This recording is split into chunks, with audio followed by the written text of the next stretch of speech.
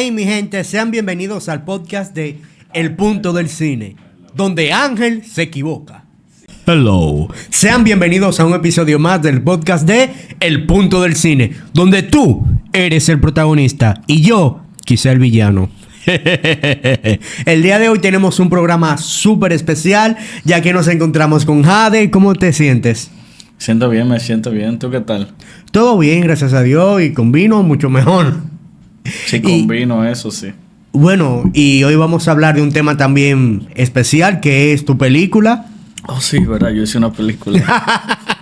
Se me estaba olvidando. Bueno, dos películas. Sí. Cosas que pasan, que tú haces una película y se te olvida. Son cosas que se te olvidan, sí. ¿Tú podías darle al público una pequeña introducción de este maravilloso proyecto? Ok. Ustedes saben lo que pasó con la familia Rosario aquí en el país, que todo el mundo cree que tiene una herencia. Bueno, yo hice la película. La herencia de los Ramírez es basada en... La herencia de los Rosario. De los Rosario. Mi guionista estuvo aquí la semana pasada e hizo el cuento de que él era Rosario y él fue uno de los afectados y él me hizo el cuento y yo dije, oro. Digo, vamos a hacer una película. Tú sabes que eso es algo que tiene que tener todo artista. Me acuerdo que Lidia Ariza siempre me decía, mi maestra de teatro, Lidia, que ahí lo veo, que el mundo y la vida es un escenario, que donde quiera que tú mires hay historia y hay personajes. Es así. Pero tú no has tenido crítica por tratar un tema, convertir ese tema en película. Porque para muchas personas es sensible, porque se sintieron... No, es un tema muy sensible. Ajá. Y así fue que ganamos el FONPROCINE. Bueno, una de las formas que ganamos, porque Desde Cine lo que hace es que toma muchos proyectos que considera buenos y te hace hacer un curso con personas que han ganado FONPROCINE en otros países. Digo, no se llaman FONPROCINE en los otros países, pero siempre tienen nombres similares. Tú sabes que todos los países en Latinoamérica tienen su propio FONPROCINE, sí, su propio DG Cine. Entonces, cuando ellos vinieron, ellos se hallaban como que yo estaba siendo un poquito cruel con el tema. Y la cotorrita yo le daba de que no, porque esto es para darle voz al que no tiene ninguna. Como yo puedo hacer películas y estas personas han sufrido, pues yo voy a hacer una película sobre ellos para expresar su dolor y lo que han, tú sabes, sufrido. Me río muchísimo en el camino, pero hago la película. Pero es que el arte, si no es transgresora y si no hace que tú voltees, al fin y al cabo no es arte. Ok. El arte tiene que venir de la mano de la libertad, porque si tú quieres presentar una situación y hacer que la gente reflexione, o sea, tiene que presentarla lo más real posible. Eso sí es importante, sí. Engañar al que sabe, como dice. ¿Y cómo fue ese proceso con FONPROCINE? Fue interesante. Ha sido interesante porque todavía hoy día estamos trabajando en eso. Porque ahora tenemos cartelera gracias al acuerdo que tiene Caribbean con FONPROCINE. Entonces ahí estamos negociando con Caribbean, con FONPROCINE, la sala, todo eso. Es un trabajo. Tú anteriormente me comentaste que a veces hay choque entre tu edad y mucha gente con la que tú trabajas. Háblame un poco de esa experiencia. Bregar con actores quizás con más edad, tú más joven, no trae ningún tipo de roce, cosas así. Como tú mismo dijiste, El Cuervo, lo quiero mucho, como tú dices. El Cuervo yo lo quiero pila. Mi película está en clave baja. Mi película tiene mucho claroscuro. Yo hice la fotografía. Sí. Bueno, yo tenía gente que cargaban las luces y cargaban la cámara, pero la iluminación era mía. Y la película yo la tenía bien oscura en muchos momentos. Y él estaba preocupado porque él veía que hay una sola luz prendida y está lejísimo, está a 2 kilómetros. Y él como que, mire, pero directora, y no está muy oscuro, qué sé yo qué. Entonces, yo realmente un poquito sarcástico. Cuervo, ¿quién ganó el FONPROCINE? ¿Fue usted o fui yo? Entonces, yo sé cómo que va la iluminación. Y eso llegó a pasar varias veces, pero nunca... Le respondí así. Puede parecer un insulto, pero yo lo que estoy diciendo es... Animando el asunto para no decirle como... Cállate que yo soy el que sé, tú sabes. Sino como que... No, chilling. Yo sé lo que yo estoy haciendo. Pero había ya la confianza, se podía... Sí, no. Siempre hemos tenido confianza. También hemos tenido varios pleitos, pero... Somos panas. ¿Cuál fue tu primera película? Mi primera película fue Otra Historia de Crimen. Esa sí la hicimos con fondos privados, no con el FONPROCINE. Y era sobre chipero, sobre los tarjeteros. Tú sabes, estaban muy de moda en el 2020. Y agarramos y hicimos una vuelta con eso. Fuimos a 3 festivales y duramos 3 semanas en cartelera con esa. Ojalá con esta duremos 5 o 6, ¿verdad? Y con la anterior, ¿qué tú aprendiste que pudiste utilizar en esta película? De todo, mira. En la anterior teníamos una Blackmagic Pocket y tiene unos lentes malos. Y yo sé mucho de iluminación, men. Yo tenía 2 Fresnel apuntándole a una gente, a todo lo que da de un lado de cara, y no habían sombra ni luces. Todo se veía igual con esa otra cámara. Yo hice de todo, yo revisé tutoriales, yo apagué todas las luces que pude y esa cámara no me dejaba hacer lo que yo quería hacer. Al final terminé tirándole un chimplán a la iluminación porque dije, no, pues no se puede forzar con esto, yo no voy a quedarme aquí el día entero tratando de hacer lo que estoy tratando de hacer. Entonces con esto lo que hicimos fue que consultamos cuál era la mejor cámara, vamos a decir, aprobada por Netflix, la más baratica, vamos a decir, para que la podamos comprar o porque la podamos rentar, que tenga esa imagen que yo quería. Y yo siempre he sido muy fan de la Lumix. Entonces ahora como que se ve esa diferencia en la imagen. Como que tú dices, pero esto no... La misma persona no hizo la fotografía en esta película. Y más o menos esa es una de las diferencias, sí. Mucha gente cree que la iluminación perfecta es esa donde no se ven sombras. ¿Tú dices? Sí, mucha gente como que no es experta en el tema. Yo creo... No, mira, si tú supieras que mucha gente que no es experta en el tema cree eso, pero... Creo que es Roger Deakins. Roger Deakins es el de 1917, ¿verdad? ¿Tú sabes si ese es Roger Deakins? Me parece que es Roger Deakins, que tiene un Oscar. Tiene 2 Oscars recientes. Nunca la Academia le había dado Oscar. Él siempre iluminaba todo. Él quería que todo se viera de que... igualmente iluminado, como si no hay una persona iluminando. Y la Academia nunca le dio un Oscar hasta que comenzó a hacer cosas como 1917, que se veía que él tenía que hacer fuegos artificiales, pero no fuegos artificiales monstruosos para tener sombra y los contraluces. Y ahí comenzaron a darle Oscar hasta que dejó de hacer películas. Entonces, quizás Roger Deakins no tenía razón, la Academia dice que no. Entonces parece que la mejor fotografía es... la que más sombra tiene. Es como en la música, los ruidos y el silencio. El silencio es parte de... Eso dicen, sí. Por eso querían descalificar el dembow temprano. ¿Cuál es la diferencia entre hacer una película con fondo privado y Foprocine? Parte de la diferencia de hacer fondo privado y fondo público es la sobresupervisión a la que tú te enfrentas. Porque en mi caso, fondos privados, si yo gasté 300,000 pesos, gasté 300,000 pesos, tú sabes. Pero cuando tú hablas de fondos públicos, ya sea con el 34 o con Fonprocine, ya tú me estás hablando de que alguien tiene que preguntarte, ok, ¿en qué tú gastaste 25,000 pesos otra vez? No, lo gastamos en... ¿Dónde está la factura de eso? Entonces ahí que entra la diferencia, donde hay una sobresupervisión cuando estás hablando de fondos públicos. ¿Y tú sientes que eso le resta la creatividad o...? No necesariamente no, porque se supone que el productor no es un ente creativo per se. ¿Cómo fue tu reacción cuando te aceptaron para Foprocine? Cuando te aceptaron el proyecto. Ellos se supone que yo estaba esperando un correo, o por lo menos un mensaje, 15 de diciembre. Y el 14, yo estaba hablando de eso porque el 14 fue la premiere de mi primera película. Entonces el 15 fue que anunciaron el premio. Y yo duermo hasta tarde. Yo creo que habían anunciado eso como a las 9 de la mañana. Yo como a las 11:15. Un golazo tras otro. Yo, wow. Y comencé a vocear, salí corriendo. Le toqué a mi room y te dije, tengo un room. Y él estaba en el baño. Yo comencé a tocar. ¡Ganamos el Fonprocine! ¿Qué sé yo qué? Y él, ¿qué es lo que tú quieres? ¡Que ganamos el Fonprocine! Pero fue una emoción increíble realmente. Wow, me alegro de verdad. ¿Y cómo comenzaron el proceso? Ya tenemos los fondos y tenemos el guión. No necesariamente. Ya para el Fonprocine tienes que tener presupuesto, plan de rodaje, guión. Tú tienes que tener muchas cosas. Carpeta. Porque tú no solamente lo vas a vender a Fonprocine, tú lo vas a vender a más gente. Ah, yo pensaba que era que tú simplemente tenías un proyecto y decías, voy a llevar este proyecto, tengo este guión y lo presentaba. No. Fonprocine te da 7 millones.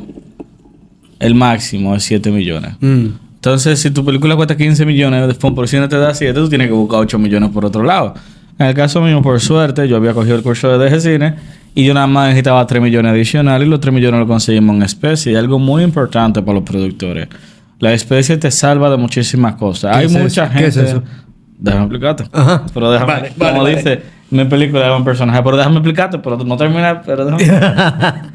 Especie es, por ejemplo, los equipos. Yo tengo un colega, vamos a decir, que es dueño de El Punto del Cine. Y El Punto del Cine tiene todas las cámaras. Y él es pana mío y él es DP de la película. Él no me va a... Bueno, imagínate que sí, pero imagínate que seamos super panas.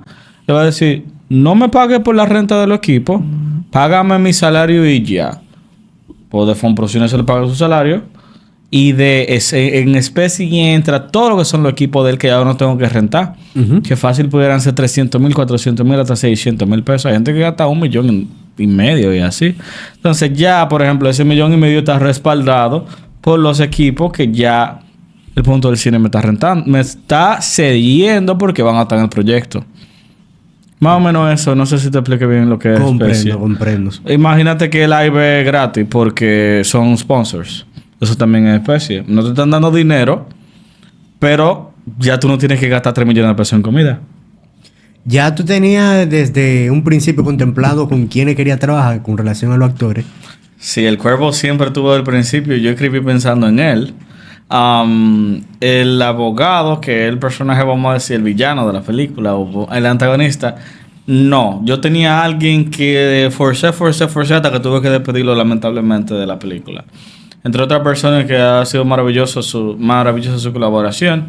Y lo que son el resto de los actores, Helen Álvarez, que hace de la sobrina del Cuervo en la película, ella también estaba contemplada. Ya el resto son, como dicen por ahí, son los amigos que conocemos en el camino. Interesante. Pero cuando finalmente viste el producto de lo que estabas haciendo, ¿cómo te sentiste? O sea, ¿lo viste hecho realidad? Depende. Cuando vi la película entera... Cuando viste la película entera. Cuando se ve la película entera siempre hay muchos procesos. Pero, por ejemplo, te voy a hacer el símil. Cuando esta historia de crimen, yo me dormí viéndola. Y la película era súper interesante, pero parece que yo la había visto había trabajado tanto en la película, que cuando yo la puse, yo me dormí como por 20 minutos en el sofá viendo la película. Y eso me dio una brisa, pero la película es súper entretenida, como yo me estoy durmiendo, yo que la hice. Entonces ahí fue que comencé a editar más y a tomarle más. Entonces quizá el conocer que en el pasado yo había tenido que editar y sobreeditar una película, pues en esta película me fue muchísimo más fácil editarla, porque yo sabía qué tipo de cosas podían funcionar y qué no. Entonces cuando yo edité esta al final, nosotros hicimos 13 cortes, pero teníamos la película lista como 3 meses después del rodaje. Porque en la casa nosotros editamos... Tanto mi roomie edita sonido y yo edito video. ¡Wow! Ustedes mismos metieron mano con todo. Sí, eso es parte de la especie. Cuando tú dices, yo voy a donar mi salario de editor porque ya yo estoy cobrando de productor. O sea, para que yo voy a estar de que sobrecobrando. Entonces, cuando la terminamos, estaba lista. Estaba lista en el mismo diciembre. Queríamos incluso participar en Funglo desde el otro año, no de este.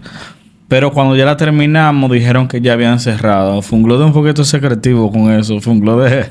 te cierra esa vaina temprano. Pero pudimos participar este año y pudimos seguir editándole. La película la gente siempre la está editando. Nosotros no vamos a enseñar la misma versión ahora en cine que se llama Funglo. Porque a uno siempre se le ocurre, wow, pero en esta escena hubiera sido chulo que sucediera esto. Y también está en la crítica. Mira, pero se ve raro ese vaina que sale en la parte de atrás de tal cosa. Entonces tú lo que haces es que lo cropeas, tú sabes. Pero por eso me gustan los festivales y me gustan las exhibiciones anteriores a la cartelera, porque la gente no se guarda nada en los festivales. Como hay tanta gente, tanto dominicano en un sitio, viendo una misma cosa, y está todo el mundo riéndose, o voceando, o eso le pasó a mi tía, o eso le pasó a fulano. Como hay tanta gente reaccionando así, cuando tuve un error también tú... Oh, shit, ¿qué pasó? Es que en las premiers la gente está más a modo felicitación. Es de las dos vías. Tú vas a tener tanto las críticas como los aplausos en las premiers, por lo menos en mi caso. Porque es que generalmente mis premiers están llenas de gente. O sea, nosotros llevamos 2 premiers y siempre ha habido gente en la escalera sentada. Entonces, siempre la gente quiere comentar. Entonces, donde tú ves mucha gente comentando algo positivo, siempre va a aparecer alguien que te va a decir, no me gustó el sonido en la escena del velorio, ¿Pero qué no te gustó? No, que sonaba demasiado alto la gente que estaba rezando de fondo. O sonaba demasiado alto la bulla de alrededor. ¿Tú sabes? Entonces, son cosas que tú tomas porque uno no es Dios. Hay cosas que tú no te vas a dar cuenta. Entonces, siempre es bueno revisar. Porque a veces te pueden hacer una crítica que no tenga ningún fundamento. ¿Consideras tú que la crítica es un pilar en el cine? Depende de muchas cosas, porque ¿a qué tú le llamas la crítica? Yo considero que la gente que habla de películas, no subjetivamente, objetivamente, es muy buena. Porque pueden decirte, por ejemplo, cuando salió esta película Carpintero, la gente estaba criticando a Ramón Emilio. Y era una misma opinión que yo tenía, por ejemplo. Entonces puede validar opiniones que alguien tenga, o puede enseñarte que quizá lo que tú pensabas que era bueno no era tan bueno como tú creías. Entonces yo creo que la crítica es importante porque es que uno siempre busca. Yo cuando voy a ver una película, ¿cuánto tienen IMDb? ¿Cuánto tienen? Hay gente que dice se va más para Film Affinity, o hay páginas que son que te dan un 4 y un 4 es bueno en esa página. Dice bárbaro, un 4 de 10 es bueno en esa página. Bueno, a veces se meten unos troles. Ha pasado en Rotten Tomatoes que hay películas súper malas, pero que son... Con lo que pasó con The Room, que tiene buena puntuación, pero es porque ya es un clásico de culto. Ah, sí, esa película yo la vi. Yo me reí viendo The Artist y también The Room, porque es que la mala daba risa, porque es que tan mala. Es que tan mala que es una comedia involuntaria. Pero la que hicieron sobre la película también, wow, James Franco está... Yo morí con la escena de I did not hit her, it's not true. Oh, hi, Mark. Sí, el pana sale, tiene un diálogo larguísimo. I did not hit her, it is not true. It's bullshit. Oh, hi, Mark. Dios mío. Y siempre dije que lo hacía mal. Me gusta decir que ¿tú quieres tirar en digital o en película? Sí. Ok, espérate. ¿Digital o película? Sí. O sea, tú quieres usar dos tipos de cámara. Y él dice que para no pasar vergüenza, dice que claro que quiero las dos cosas. Y después vamos a como que... Ahora que estamos hablando, aprovechando de lo de repetir. Tú me dijiste que varias veces reeditaste la película. Y a medida que has ido a festivales, vuelve y la reedita. ¿Cuál es el momento donde tú dices, ya, la película está perfecta? ¿Ese momento llega o nunca llega? Para mí llega... Pero para mí Romino, lo que pasa es que él y yo estamos juntos. Él siempre quiere... Espérate, pero mira, yo me recuerdo. Yo, por ejemplo, mi proceso... Si yo dije terminé. Yo terminé hace rato. Pero si, por ejemplo, él me dice, mira, pero vamos a arreglar esto o vamos a editar tal cosa, yo lo hago porque a veces son cosas que tú dices... Y ustedes estaban discutiendo sobre ese cambio. Como que hay veces que los cambios son un disparate. Pero en mi caso, si yo terminé porque es que yo tengo como este proceso donde yo edito, yo me levanto, ¿verdad? Sí. Me pongo a editar, duro 2 horas editando. Tengo que comer, o pido comida o me la hago. Lo que estoy comiendo se me puede ocurrir algo. Ay, mira, pero espérate. Pero entonces déjame de dormir una siesta un rato. Se me ocurre otra cosa. Hay veces que yo estoy haciendo algo y yo me embalo corriendo a editar. Porque digo, no, que no se me olvide o déjame revisar bien. Entonces... Como uno se la pasa tanto tiempo pensando en la película, uno como que la tiene a macro, uno la tiene entera la película en la mente. Y como que ya tú sabes dónde está qué y dónde tú quieres qué. Pero sí, hay gente que nunca termina de editar la película. Yo sí termino de editarla, pero yo no voy a estar editando la película. Pero tú mencionaste algo importante cuando tú te paras. O sea, los espacios en blanco son súper importantes para la creatividad. O sea, el pararte un rato, hacer otra cosa. Claro. Todo el mundo siempre toma un descanso para ver si lo que hizo, porque a veces tú tienes la mente caliente. Y la película. Después, la gente dice que tiene que tomar como un momento en frío para que cuando puedan volver a ver, puedan verlo de manera objetiva. Hay gente que dejan productos hasta 4 y 5 meses sin echar un ojo. Yo he tenido guiones que yo lo he escrito y lo he soltado. Porque no, ahora no se puede producir. Y yo abro ese guión 4 meses después y yo me desgrano de la risa. Y mi madre, ¿cómo que no hemos hecho eso todavía? Porque es que yo digo, wow, que está... Ahora, es positivo cuando pasa eso. Cuando pasa lo contrario, que sucede también. Que tú dices, y este disparate. Si tú dices, ay, esto está muy mal. Entonces tú lo cambias, por eso es que funciona la pausa. Nosotros tenemos un personaje en esta película que lo hizo Yelida Díaz, que ella está nominada al Soberano por Sugar Island. Ella está haciendo un papel similar al de Sugar Island. Y cuando yo lo revisité antes del rodaje, esta película se escribió hace 8 años. No se pensaba de la misma forma hace 8 años que ahora. Entonces, cuando yo vi el personaje, yo entendí de que, vamos a decir, políticamente, socialmente, no estaba bien. Y yo lo que hice fue que le hice varias modificaciones. ¿No estaba bien en qué sentido? Parecía un poquito estereotipado y también parecía un poquito discriminante.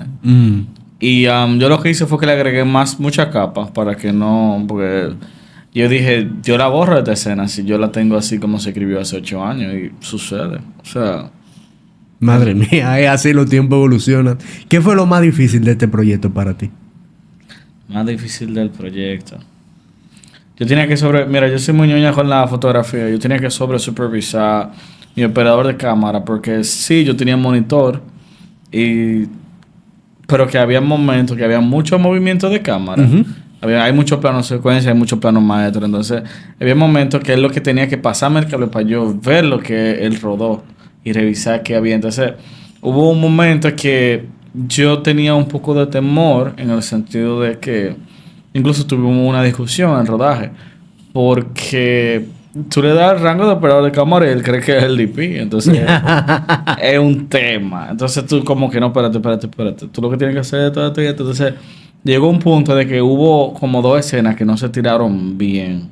O sea, teníamos un lente anamórfico, pero se le desactivó el anamórfico para poder tirarlo. Entonces estaba en 16:9, pero tenemos la película entera en anamórfico, excepto toda escena.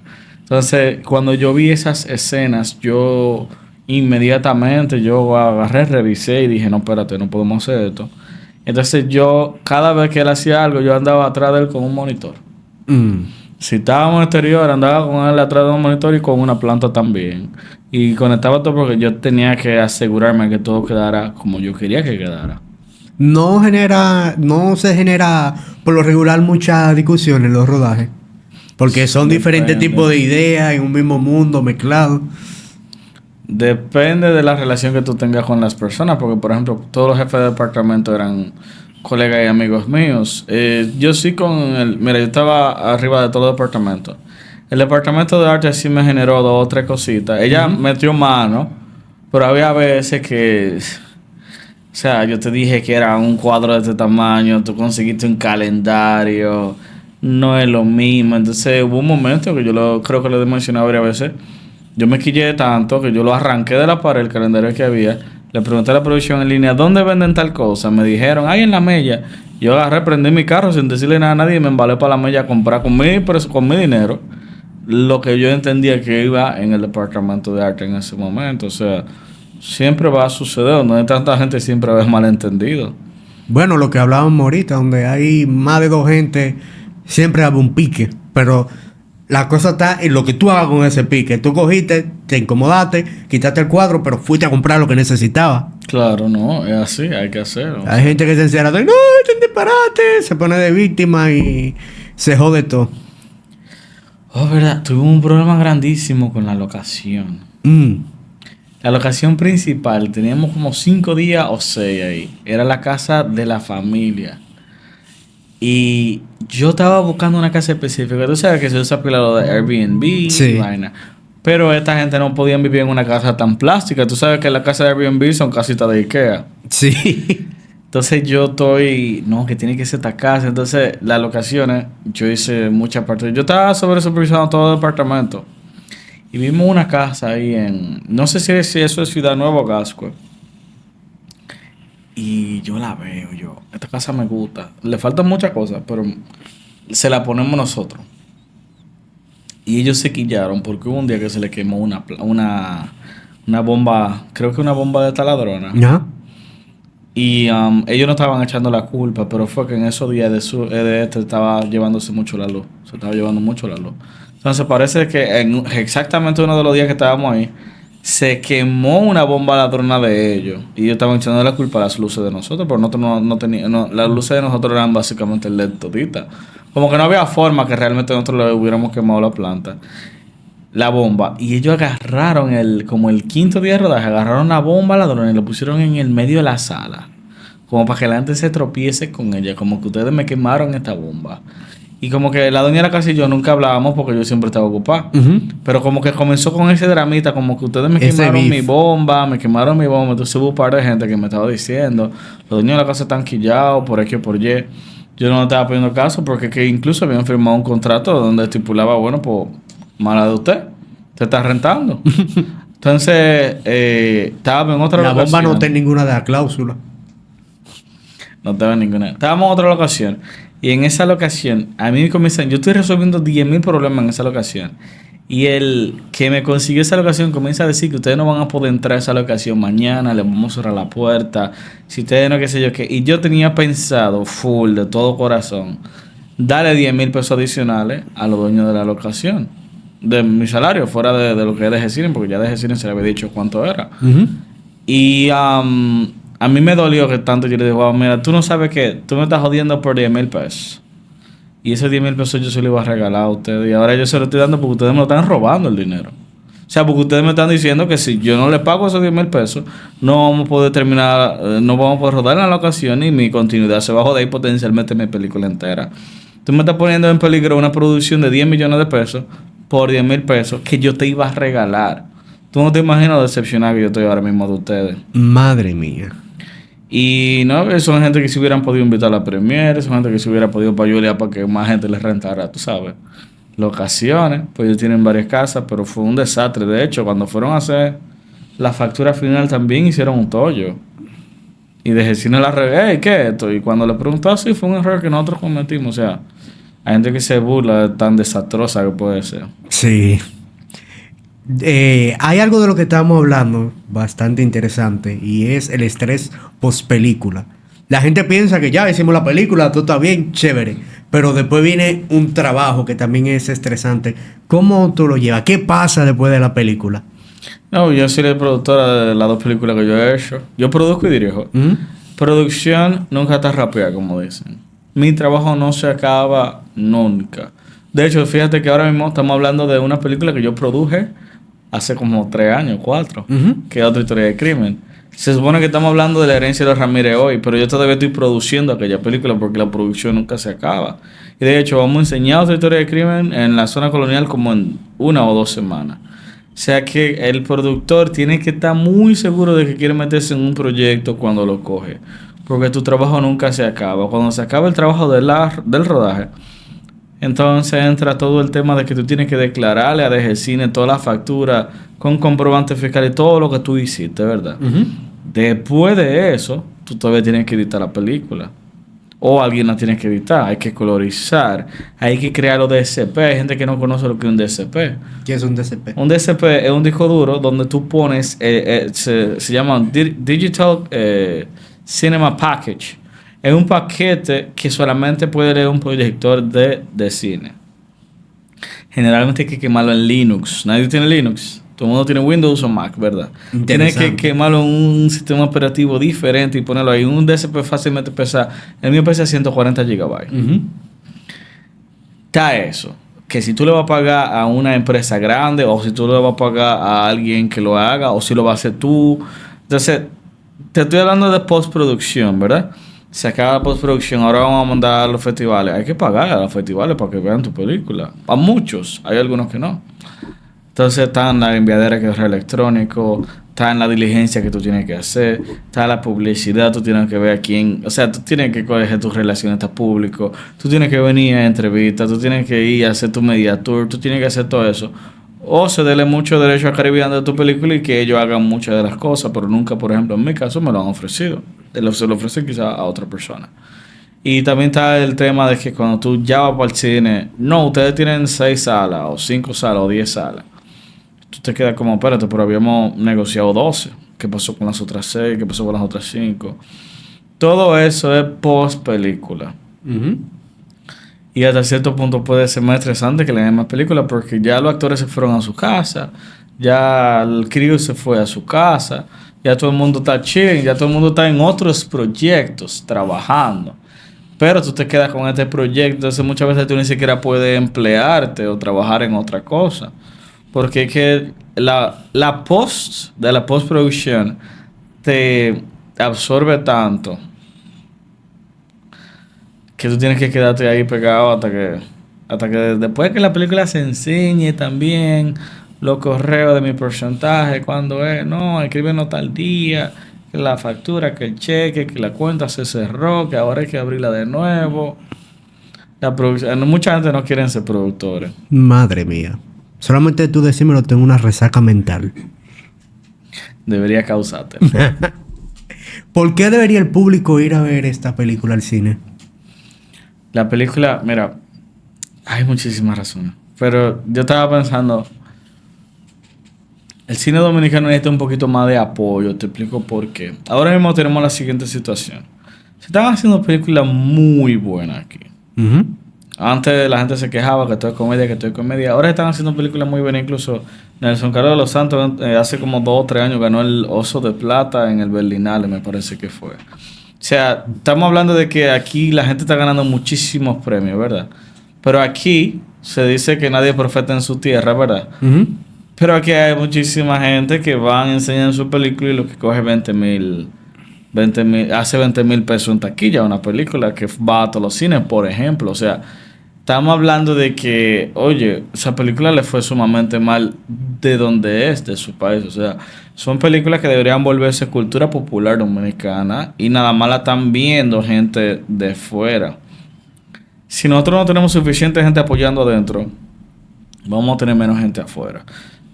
Y eso mata el propósito, porque desde cine y lo que son las coproducciones y todo eso se hace literalmente para que las películas salgan y puedan servirse en nuestra cultura. Por eso ahorita para eso está la ley de cine dominicana.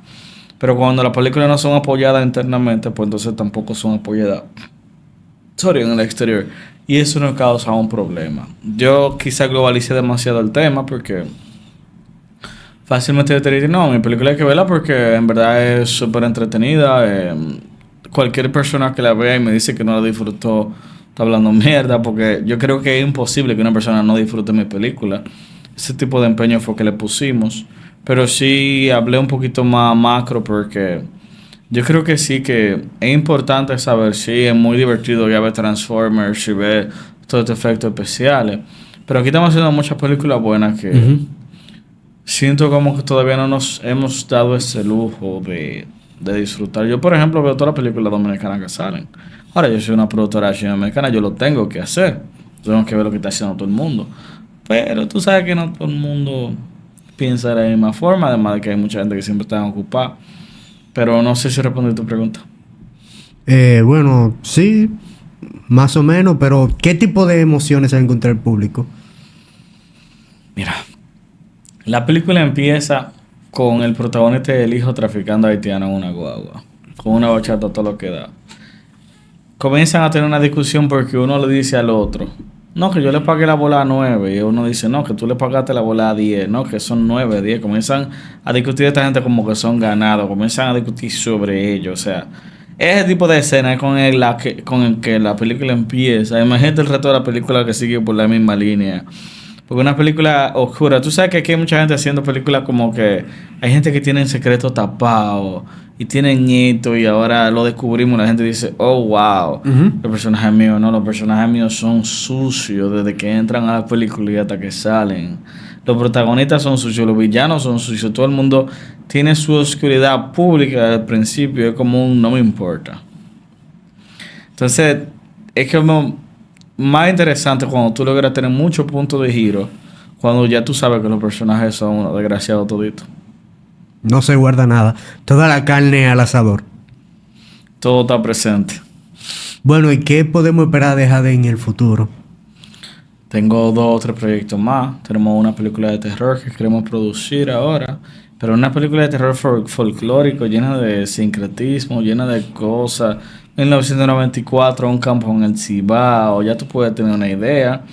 Y yo tengo un proyecto muy personal también, que quiero hacer una coproducción con España, Estoy esperando que deje cine me mande un mercado internacional, tú sabes, porque tengo que conocer a una persona con quien yo vaya a coproducir. Pero yo he visto que sí, que desde cine ahora mismo se está moviendo un poquito en pos hacia las coproducciones. Y es uno de mis planes también. ¿Qué tú le aconsejarías a alguien que quiera optar por el fondo de Foprocine? O sea, ¿cómo ir preparándose? ¿Qué hacer? La carpeta de producción es muy importante. La carpeta de producción básicamente... Enséñame la película antes de que la película salga. O sea, hay una cosa que es cuando tú tienes un documento muy limpio sobre algo prolijo. Y hay una cosa que cuando tú me enseñas cómo se va a ver la película, cómo va a ser. Por ejemplo, en nuestro caso, esta carpeta era súper entretenida. Nuestra carpeta de producción, por ejemplo, tenía... los personajes, por ejemplo, tú sabes, los personajes tenían sus delitos que habían cometido, su personalidad X. Entonces nosotros teníamos como si fuera un scrapbook de esto de policía. Y siempre había como pedazos de... Como si fueran arrancados de una hoja policial. Fulano fue detenido tal día, a tal hora, porque estaba haciendo tal cosa por el teniente fulano de tal. Como que ese tipo de cosas te hacen hacer como que tú estás leyendo la película porque te salta como a la vista, porque primero es atractivo visualmente y segundo es entretenido, y eso es lo que la película es en el caso de nosotros. Entonces como que para mí guión y carpeta de producción tienen que parecerse demasiado. El guión es todo en letra, la carpeta de producción es todo en imágenes, todo visual. Pero bien llamativo, no entrega simplemente un papel. Bueno, el que hace cine sabe que tiene que enseñar imágenes llamativas. Pero interesante, buen conversatorio. De verdad, gracias por estar con nosotros. Mi gente, vayan a ver la película. Y de verdad te auguro muchos éxitos. Nosotros vamos a coger para allá a verla. Vayan a ver la película. Gracias. Y bueno, señores, gracias por ver este episodio. Si les gustó, denle like, compartan. Si no les gustó, también. Y esto fue un episodio más del podcast de El Punto del Cine.